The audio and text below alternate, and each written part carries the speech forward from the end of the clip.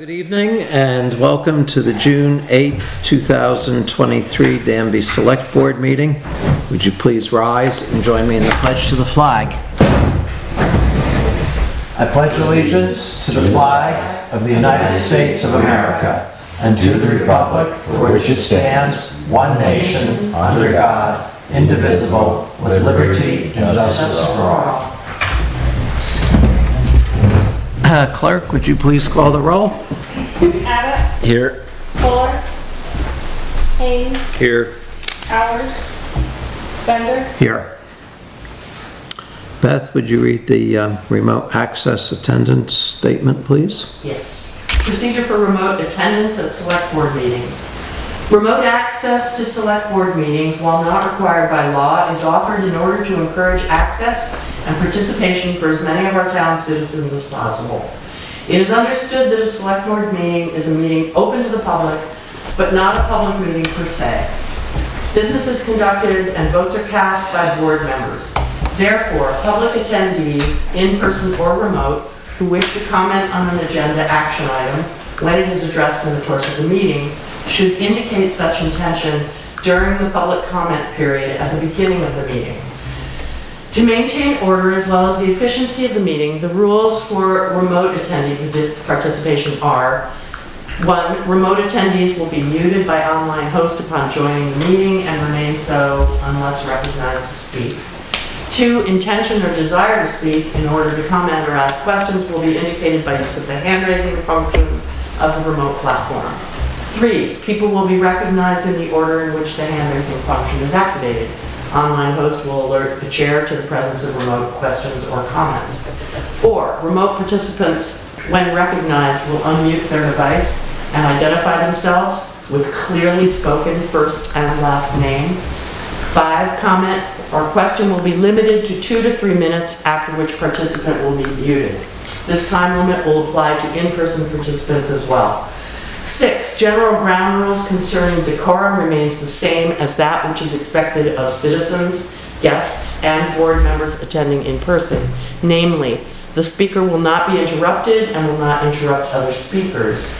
The speaker will treat the proceedings and other speakers with dignity and respect, addressing the issue and not personalities. Procedures for use of the online platform and the above standards should be reviewed at the beginning of each meeting, as we have just done. Thank you. And in our public audience, we have Tracy Porter and Hilda Haines. And who do we have remotely? Remotely, we have Annette Smith, Chris Hardaway, and Terry Parker, Doug White, Douglas R. White, Gary Durr, and a phone number. All right. Thank you, Beth. You're welcome. I will entertain a motion to set the agenda, and I've added a couple things under the Road Commissioner's report to discuss and possibly act upon purchasing an equipment trailer, and under new business, the status of the July meeting, possibly skipping that meeting. Any other things anybody wants on the agenda? Alrighty. I'll make the motion that we adopt the agenda as amended. I will second that. All those in favor, please say aye. Aye. The agenda's set. At this time, we'll entertain public comment.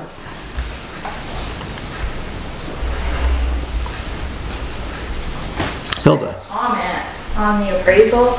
Okay. I can't make heads or tails. There's no rhyme or reason as to how they figured it. There's no consistency that I could see. I certainly didn't get much of an answer when I grieved them. I know there's probably nothing that can be done, but I just don't think it was. Money well spent. Thank you. Yes. Yeah, no, I don't think it was. But I don't know how I saw you had a post on Front Porch Forum. did. Did you have any responses to that? Somebody emailed Steve, but I think it was your mom, but I'm not sure. They didn't sign it. Oh. Yeah, and I don't remember the email address, but they weren't happy with the results of our reappraisal. And I've had several people that have commented to me before Hilda made her post that they weren't happy. That either they just drove by the property and never made an appointment to go in their house, or they gave poor reasonings as to why the values went the direction they did.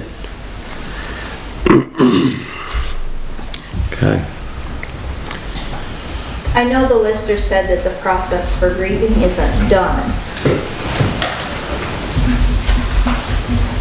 I believe the scheduled grievance times are done. Yes. So now, those people that grieved wait for their change of appraisal notice or the result of grievance notice. Okay, And then they can avail themselves to the next step in the process, which is appealing to the Board of Civil Authority. okay. I know when I came down, when Nimrick was here, the first time I got a appeal denied letter. I don't even know what that meant.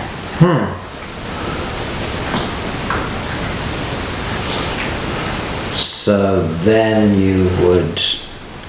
that letter should have included information that said you have the right to appeal to the Board of Civil Authority.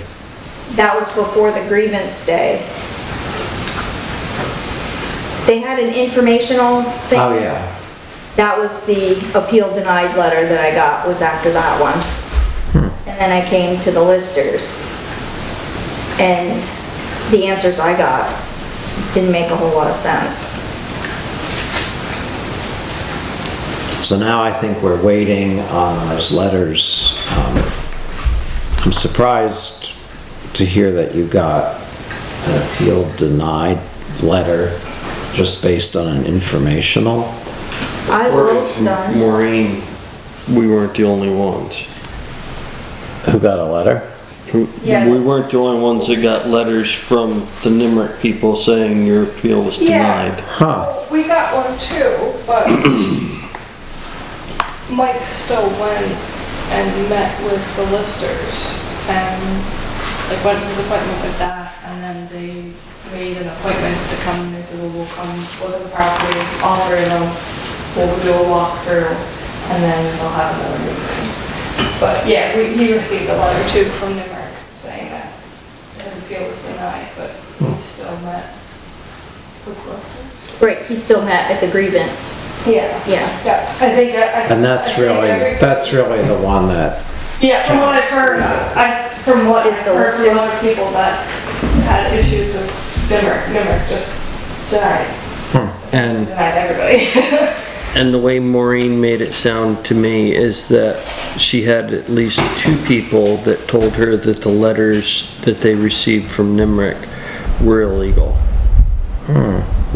That what they did wasn't legal. I don't know if you want to say illegal or not legal, however, but they had no authority to send a... correct. That has to come from the Danby Board of Listers. And I would be curious to know how many people got those letters that took that to mean it's all said and done, there's nothing I can do about it now. Right, not knowing that, going through the process before. Right.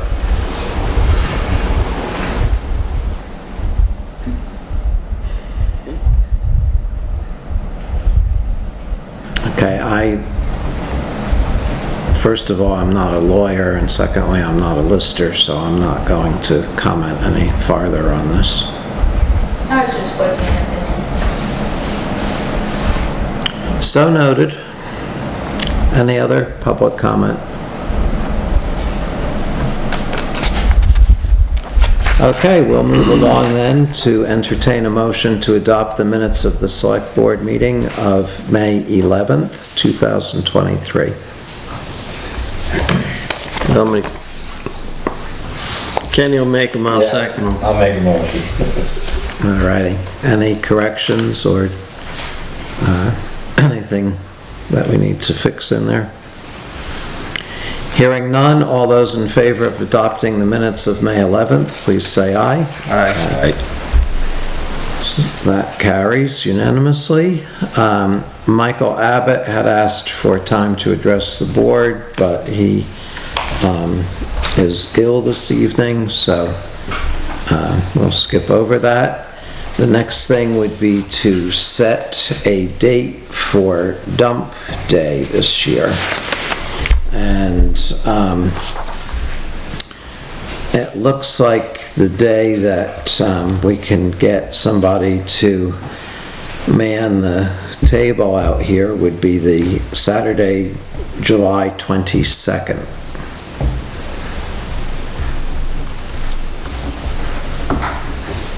I'll make the motion, we set dump day for July 22nd. Okay, Second that. any discussion?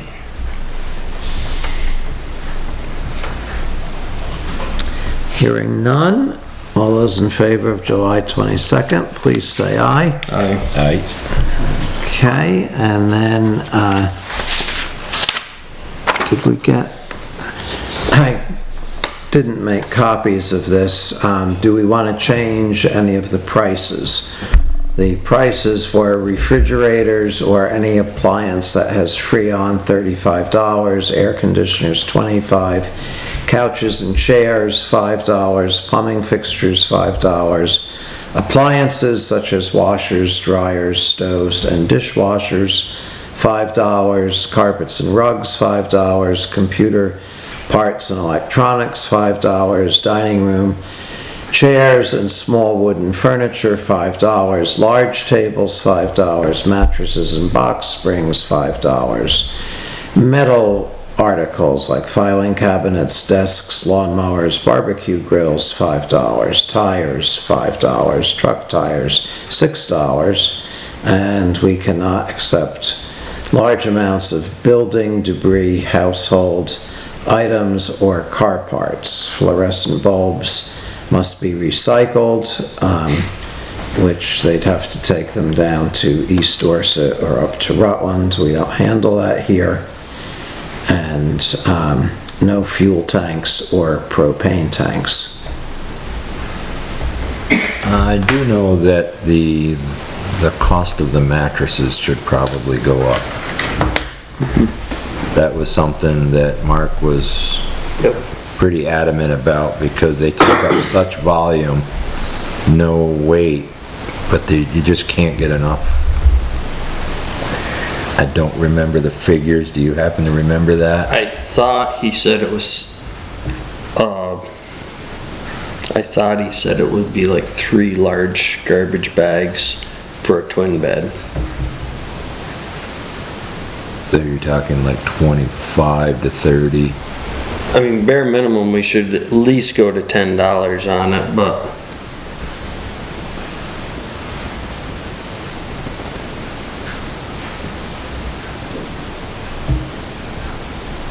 Yeah, we were at 5. Yeah, I think $5 on a bunch of these items is extremely low.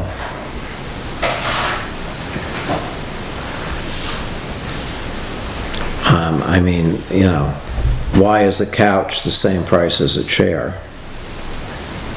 Most couches are like the equivalent of 3 chairs. Right.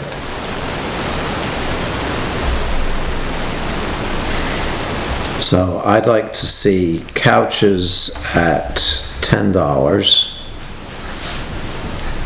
and mattresses at $10.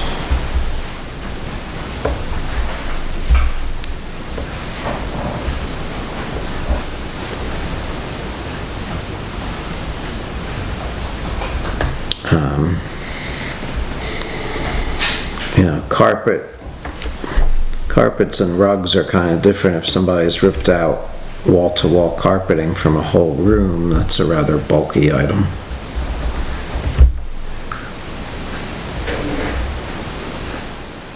What is the carpet in at now? 5. I should probably...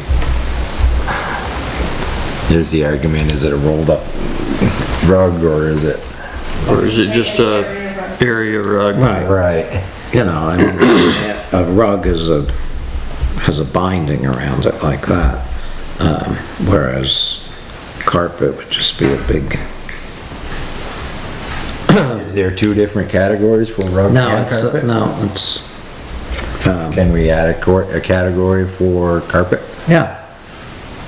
Well, let's do that, and then that'll give us a little leeway So you on make carpets 10 and rugs 5, leave it Yeah. at 5.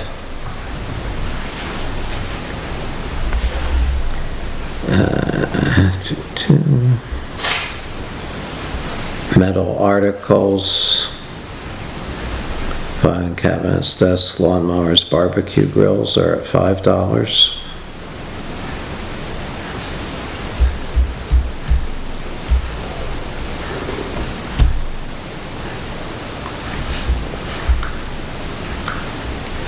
You good with that, or you wanna raise it?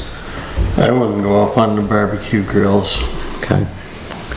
So the only things we're gonna raise are couches to $10, carpets to $10, and mattresses to $10. Everything else stays the same. Yeah. Yeah, I'll go with that. Okay. So a motion to reflect that.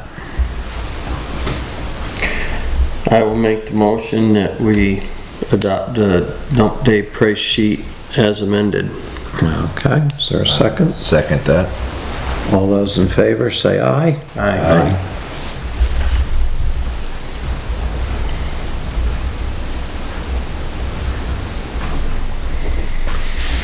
So that's out of the way. Open and award bids on the 2013 truck. I was hoping that somebody might come through the door at 6:58 with a bid, but that didn't happen, and we have received no bids. So I guess we won't be opening and awarding any bids. And I guess then we should talk with the dealer and see if they wanna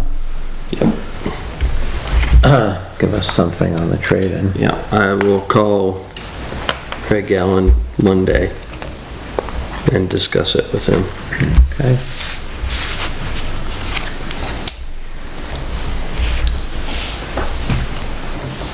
Unless you want to throw a number out, Kenny. I got enough headaches. Anybody wanna buy a truck? Going once. No trucks. Okay. Since Tom is not here, Steve, why don't you fill us in on current projects on the roads? Well, right now our current projects are roadside mowing, string trimming of guardrails. Tom has started blacktopping out here. He has the base coat down and he's grinding on Parish Hill. We've put gravel on 5 roads this week, and we did a ditching project over by Smoky House and one out here in front of Tracy Belton's. And then next week we're going to start on Lily Hill Bridge, getting that ready so that when the contractor can come in to work on the bridge, we're ready. And then we're gonna start doing some ditch work on the west side. Good.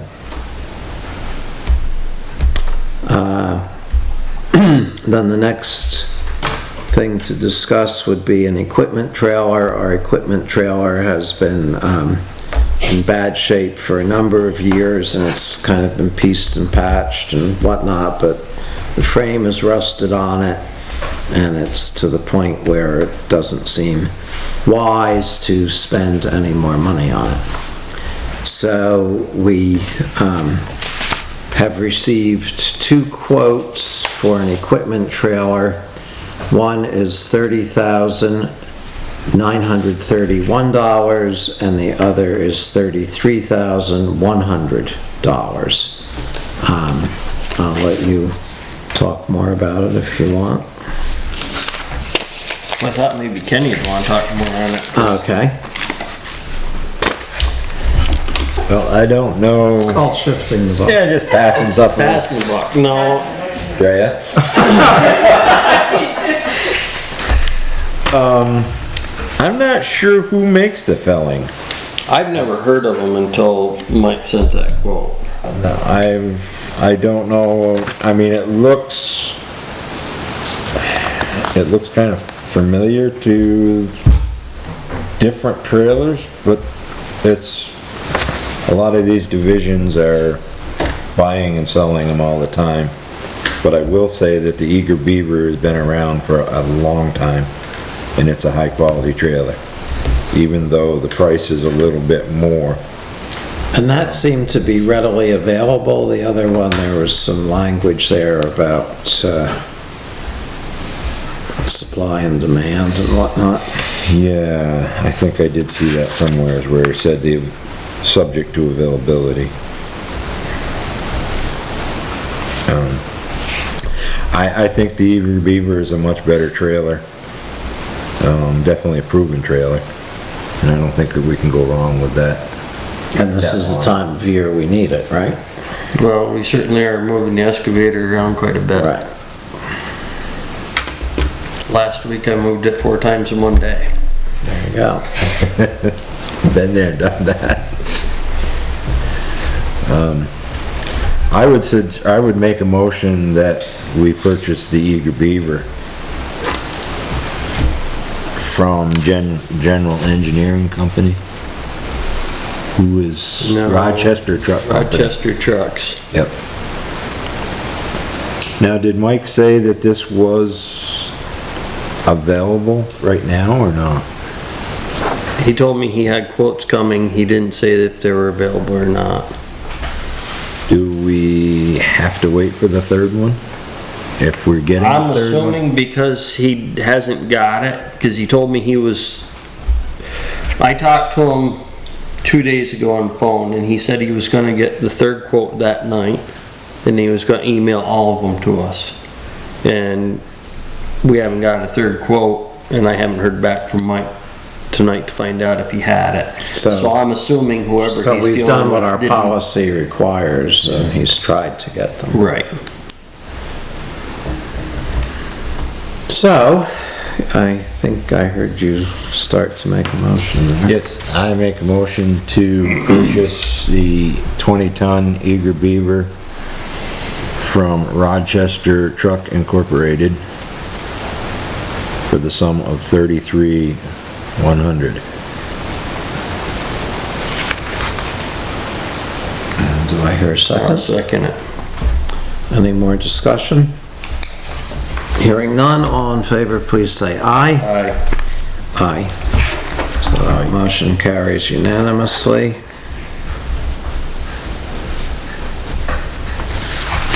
What was the name of the other trailer? The other trailer was, Felling, F-E-L-L-I-N-G, model FT-40-2.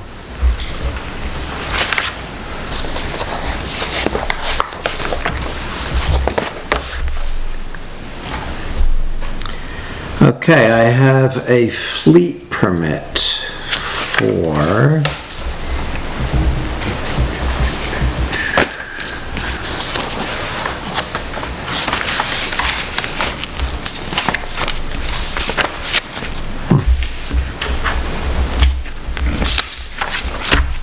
here it is. Sargent Concrete and Construction. They are in Lincoln, Vermont. And the maximum weight of their trucks is 60,000. I'll make the motion, we approve it. Okay, I'll second that. motion's made and seconded, all in favor? Aye. Aye. Motion is carried.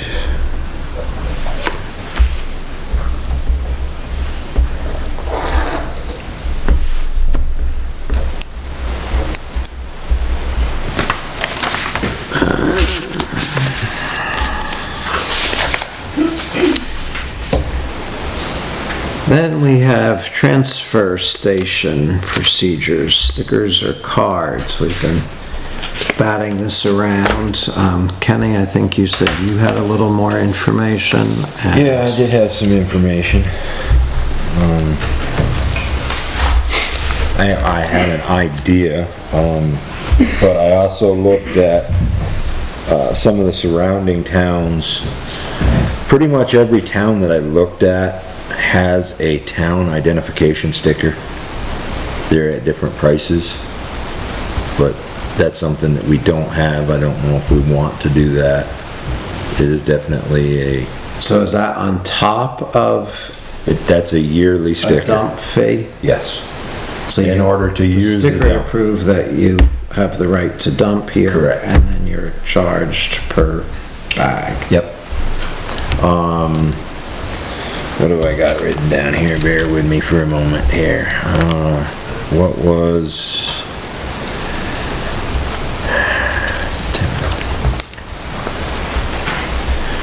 Wallingford, Gleason Road a town sticker is, for Rutland Town, is 15. I believe I've got written down here, Wallingford is 10. Timoth is, they were only at 3, I believe it was, to buy the identification sticker. That would definitely help offset some of our deficit. Well, yeah, I mean, I was looking at the idea that if we did a $10 per year vehicle sticker, some families will be forced to buy 2 of them because they go with 2 different vehicles. So that's gonna generate a pretty decent amount of money to help some of the deficit.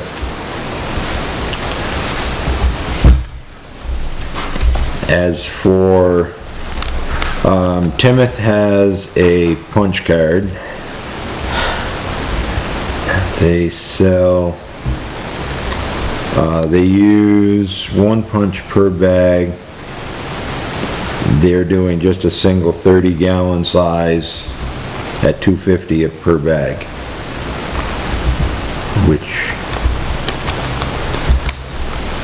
which is pretty comparable to our 30-gallon.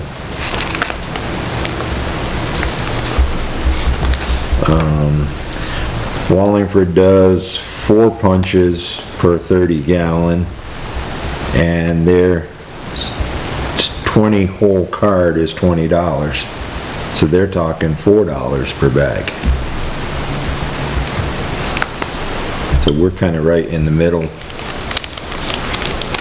If we come up with some kind of idea. I thought rather than a punch card, we could sell a page of stickers for the 3 different sizes.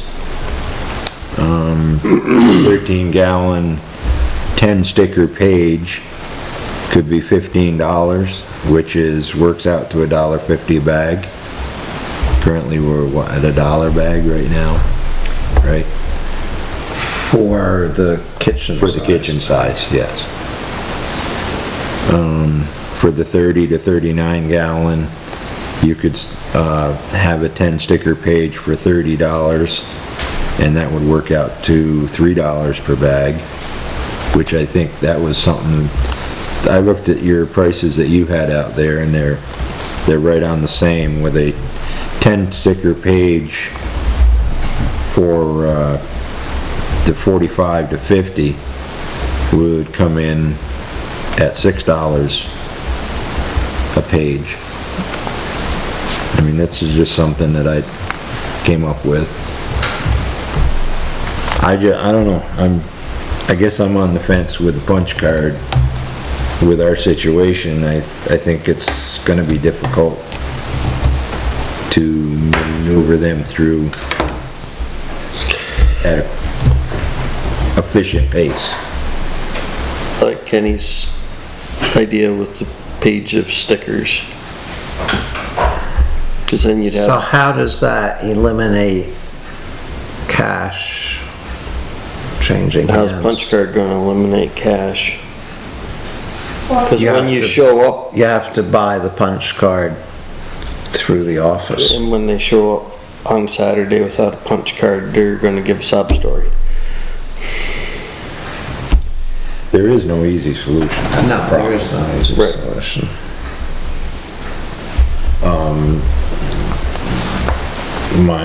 The thoughts here was a, 10 sticker page would be 15 for the 13 gallons, $30 for a 10 sticker for the 33 to 39, and $60 for a 10 sticker, the 45 to 55. So they'd be different color stickers? Different color stickers, 3 different colors.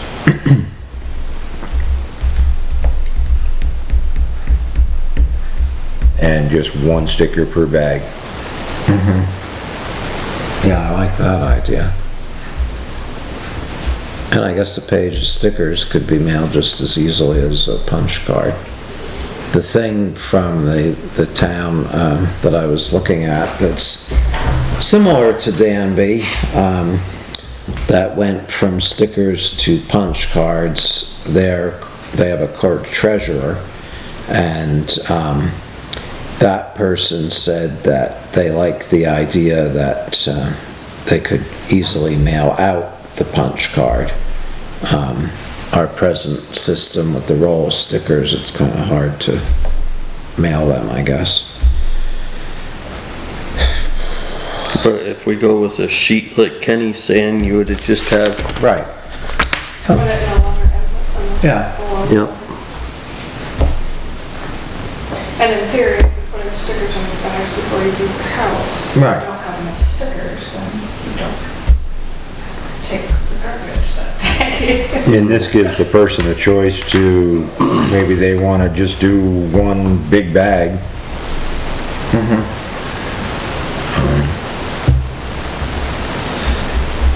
and you run into the other problem, when it gets busy out here, they'll park in front of the garage and carry their garbage, so if Cliffy's dealing with May and Drea walks through, throws her garbage, he might not even get her.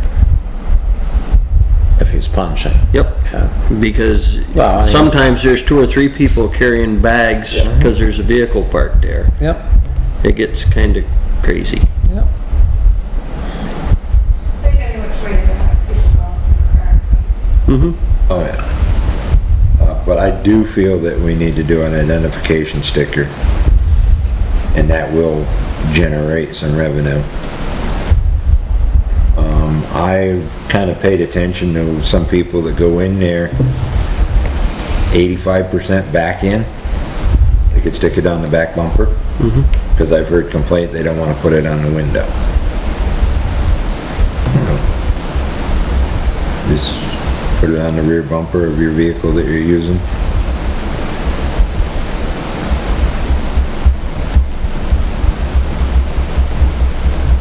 Just, So if a person bought 1 sticker and they stuck it on a piece of cardboard and they had multiple vehicles and they had their sticker posted, that would be okay. Could you take a picture of it on your phone, just carry it on your phone? That's an idea too. Welcome to the modern world. I haven't quite gotten there myself, but Except then Cliffy still has to see that Right, but phone you thing, have but your you might as well phone be with punching you. by that point. yeah. I would say no, Because multiple vehicles. because I could just take a picture of Drea's sticker and show Cliffy. Oh, you sneaky devil. This is what Hey. Unless the stickers are numbered. And There you go. there's my sticker. yeah, Years ago, when I used to go to the dump when I was a kid, we had a punch card, and we also had it was like a tag that you could just hang on your center, rear mirror. But there was only one way into the dump, and you had to go through the scales. Like there was no way in getting around it.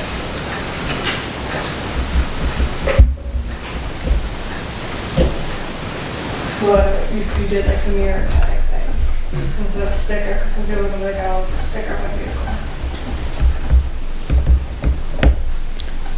Do we have any comments from people at home about this? Yeah. Annette. Yeah, I appreciate this challenging conversation.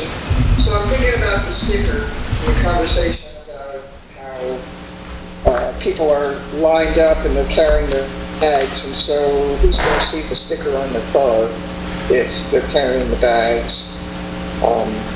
And if people show up and they don't have a sticker, what's Cliffy supposed to do? And are they just going to go turn around and dump it down the bank? I don't know. I mean, people are used to the stickers on the bags and maybe raising the price of those. I understand you want to raise some revenue. I just don't know that the stickers on the car is going to work, given the nature of people in Danby. How the transfer station works, where it gets a line up. So I don't know, there's no easy answer here, but I don't know about the stickers on the cars.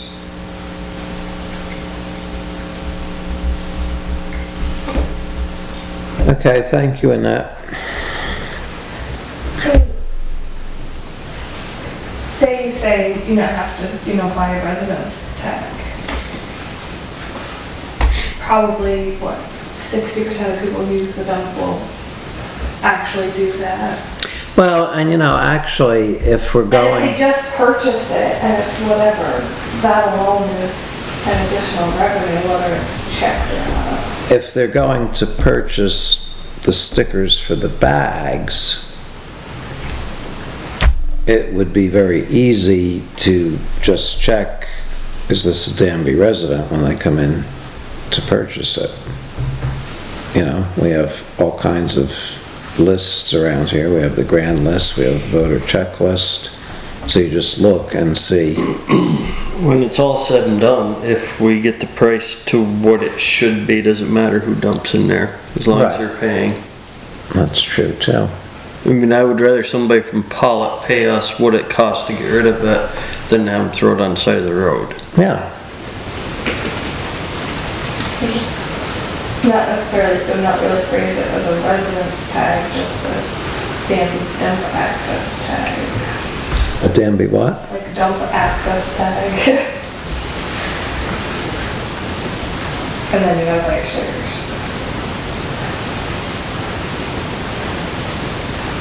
Or forget the access tag and just put the price of the stickers up to where they ought to be. That's kind of how I'm leaning.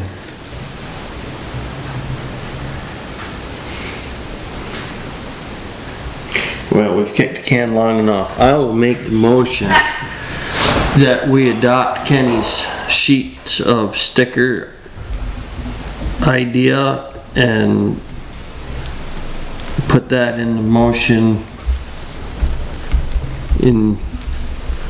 when we order our next round of stickers. And so what are the prices going to be? We've got the kitchen bag, we've got the 30 gallon, and we've got the contractor bag. $15 for a 10 sticker page on a 13 gallon kitchen bag. Say that again, please. $15 on the kitchen bag, 10 sticker page. $30 on the 33 to 39 gallon for a 10 sticker page. And 45 to 55 gallon bags, 10 sticker page, $60.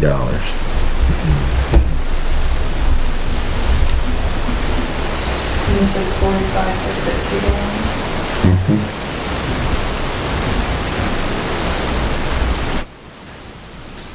Okay, and then I sent a thing in the chat here saying the board in Bennington approved these proposed increases. Fees rising from $2.50 to $3 per 15 gallon bag. from 375 to 4 for 30-gallon bags, from 475 to 5 for 39-gallon bags, and 750 to 775 for 55-gallon bags or barrels. So they've got a little bit more breakdown going on there.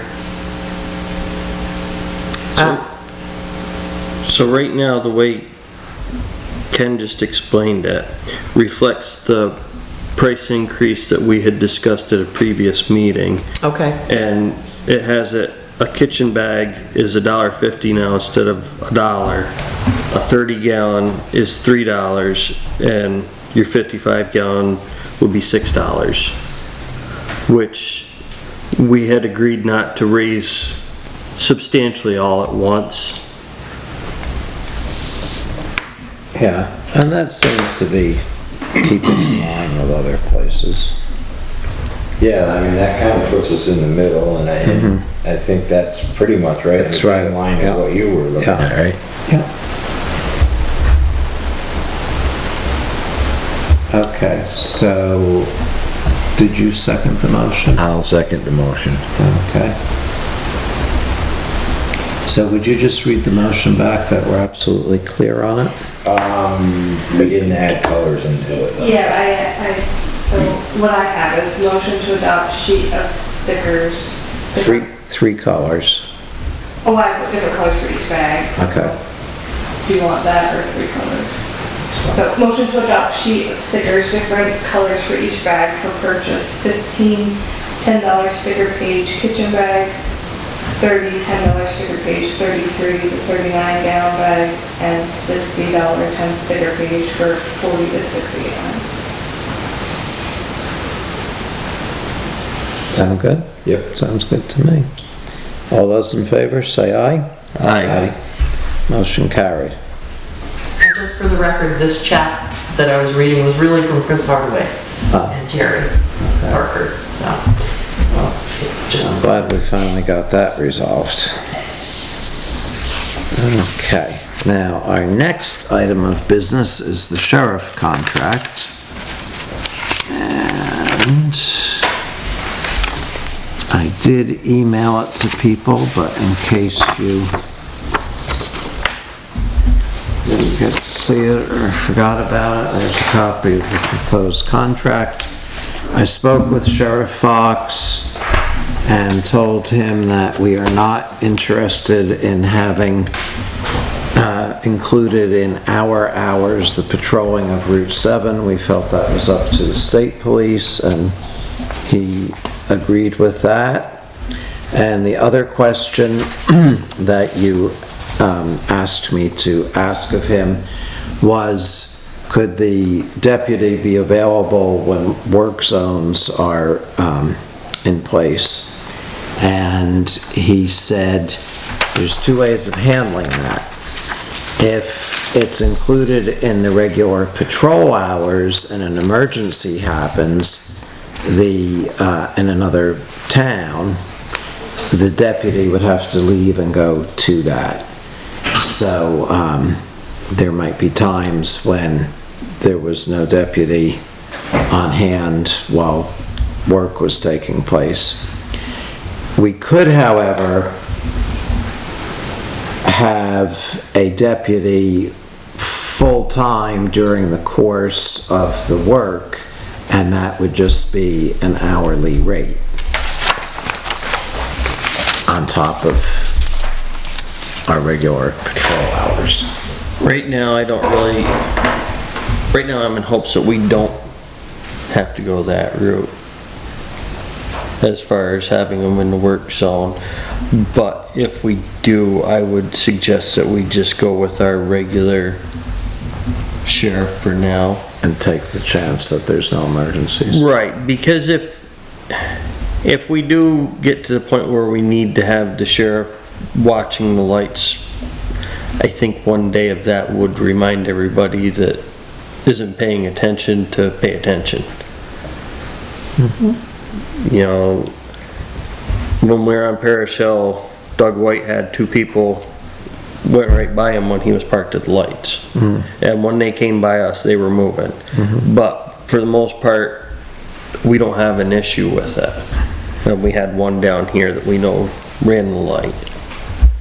So I think if we just used them while he's in town once or twice, that would just be enough. Yeah. And that's not included in the contract, so, if and when we felt we needed it, we would just, approach him at that time.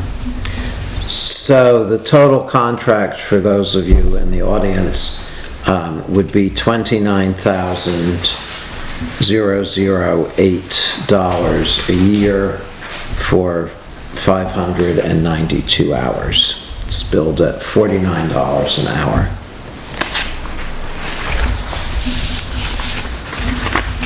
And the contract could be renegotiated if fuel increases more than $3.50 per gallon. So we'll keep our fingers crossed that doesn't happen. Any discussion?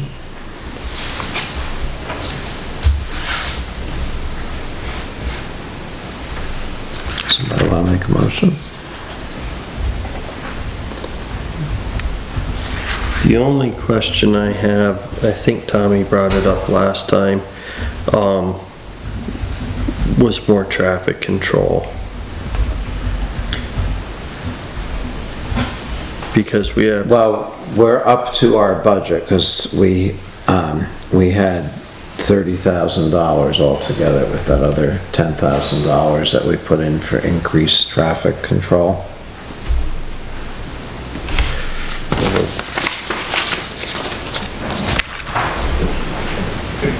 Oh, 35. if I'm reading that right, we're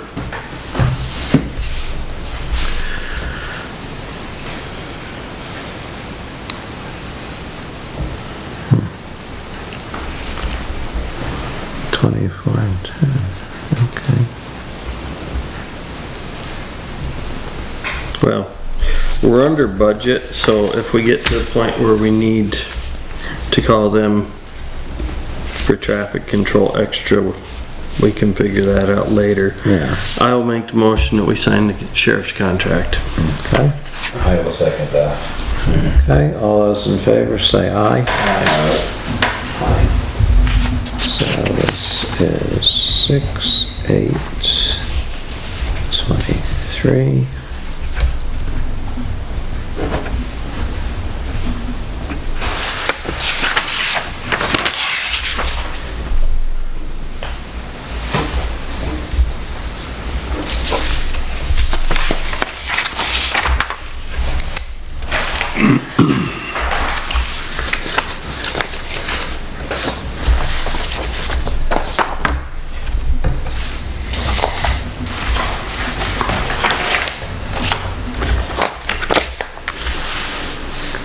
Any old business?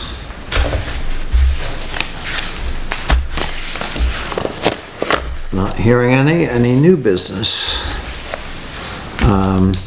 I'm proposing that, since we don't have anything pressing, and since it's difficult for some of our board members to be present at this time of year, that we skip the July meeting and resume our monthly meetings in August.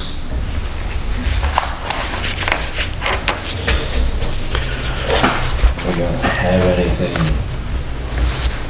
And if something comes up, we can always have an emergency meeting for a particular item. So, doesn't seem like we really need a meeting next month.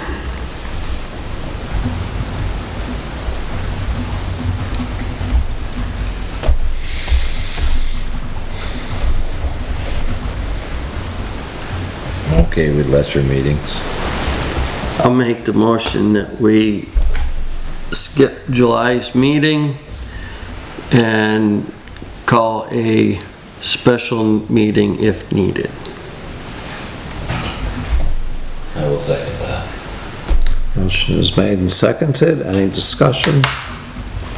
Hearing none, all those in favor, please say aye. Aye. Okay, we'll see you all in August. I'd just like to mention that if you recall back in, I believe it was February, the town agreed to support Nancy Lee Kennedy in providing a series of musical events at the Meeting House, the Congregational Church on South Main Street, one a month for June, July, August, and September. And the first one is about to happen on tomorrow evening from 5 to 9. It's a classic rock band called Slightly Used Band from Burlington. And it's free to the public, and there's music and food and dancing. So the word is out. What time tomorrow? 5 p.m. to 9 p.m. Any other new business? Entertain a motion to adjourn. I will make the motion to adjourn. I'll second it. All those in favor of adjourning, say aye. Aye. Meeting is adjourned.